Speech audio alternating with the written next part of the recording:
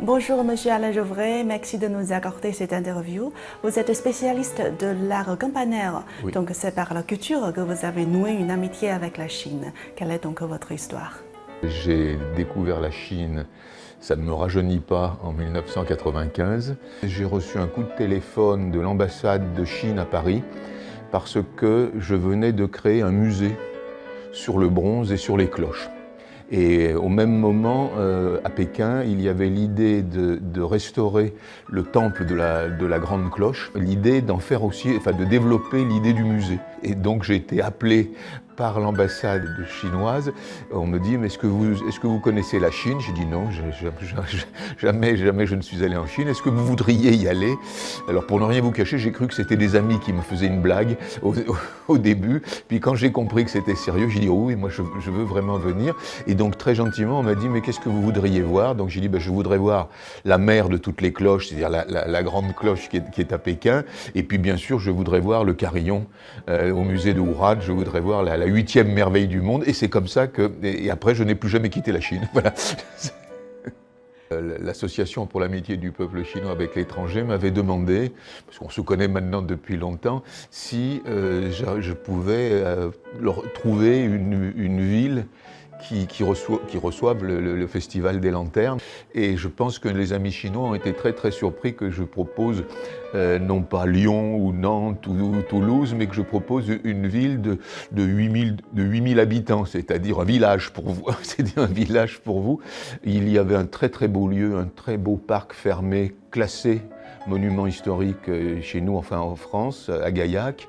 Et si vous voulez, pour une ville qui n'atteignait pas 10 000 habitants, on a eu pendant 3 ans 100 000 visiteurs par an. Donc le choix de la ville de Gaillac, petit village, était un bon choix. Voilà.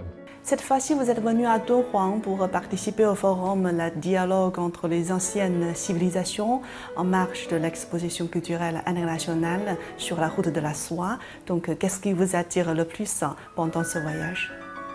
Quand on peut échanger autour d'une table ronde comme ça, on s'aperçoit qu'il y a beaucoup plus de points qui nous rassemblent que de points qui nous séparent. Et je pense que c'est indispensable de multiplier ce genre de forums, surtout quand on veut s'adresser au monde culturel, aux anciennes civilisations, et quand on est dans un lieu comme là où on était, parce que c'était exceptionnel.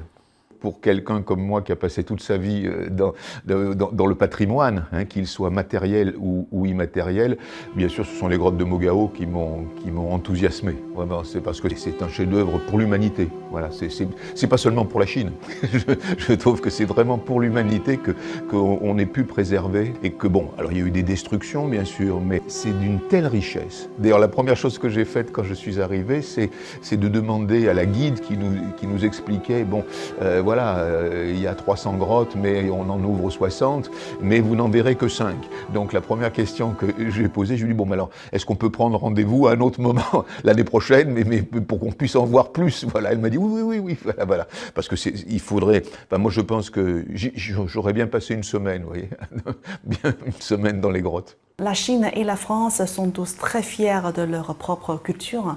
Donc, d'après vous, quelle est l'importance des échanges culturels dans la relation bilatérale?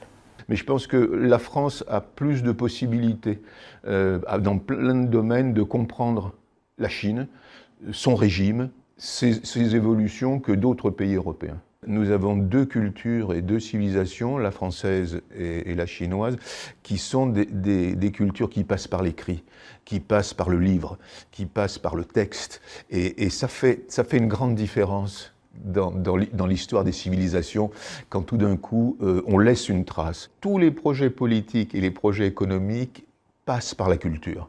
Et ce que je pense sincèrement de mon expérience, c'est que par la nouvelle route, enfin parce que l'on appelle nous la nouvelle route de la soie, la culture va communiquer. Je pense par exemple à l'Asie centrale, qu'on connaît beaucoup moins bien. Dans le forum qu'il y avait, des représentants de l'Asie centrale. Ça permet d'entrer en contact avec ses responsables et de découvrir d'autres univers. Et je pense que, alors moi je me mets toujours du côté culturel, mais je pense que au-delà de l'approche politique et économique, il peut y avoir une opportunité extraordinaire pour la culture dans les échanges.